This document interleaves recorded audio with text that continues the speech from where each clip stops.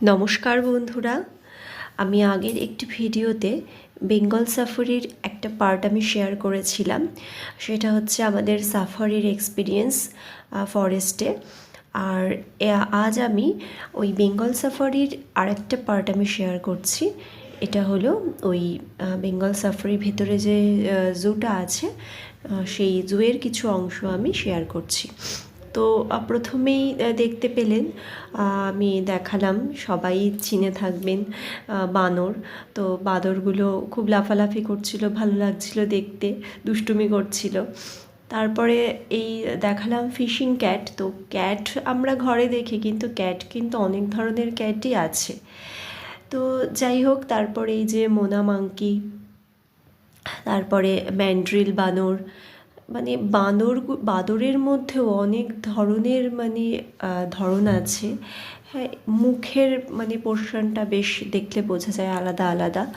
আর সবথেকে ভয়ঙ্কর জিনিস এটা, প্রথমে আমি ভাবছিলাম যে এই পাইথন অজগরের ভিডিও করব না, ভীষণ ভয় লাগছিল। তো তারপরে বন্ধুদের দেখানোর জন্য আমি করলাম খুব ভয়ে ভয়ে। আমার এই জিনিসটা খুব ভয় লাগে, আমার দূর থেকে দেখলেও ভয় লাগে। তো তারপরে এটা ছিল চশমা বাঁদর। বাঁদরগুলো অনেকটা দূরে ছিল বলে ঠিকঠাক ভিডিও নিতে পারিনি। ওরা তো সবসময় কাছে থাকে না, দূরেও থাকে, ওদের মন মর্জি, কখনো কাছেও আসে।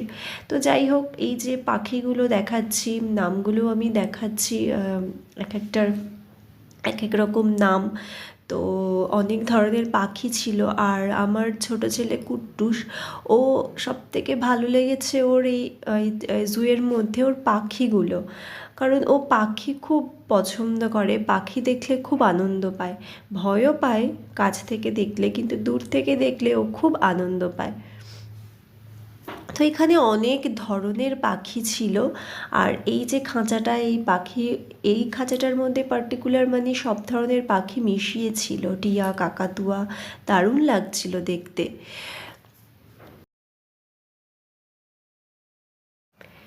তারপরে আরেক নতুন ধরনের পাখি দেখলাম, হাড়গিলা। তো পাখির নাম সত্যিই প্রথম শুনেছি, আগে কখনো এই ধরনের নাম শুনিনি।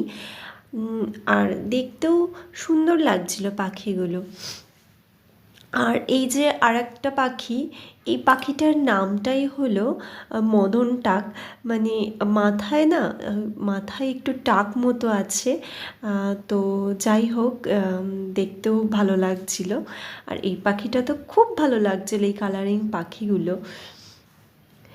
তো এখানে অনেক ধরনের পাখি, অনেক ধরনের নাম, অত নাম আমি জানিও না, তাই আপনাদেরকে সব আমি নাম বলতেও পারলাম না।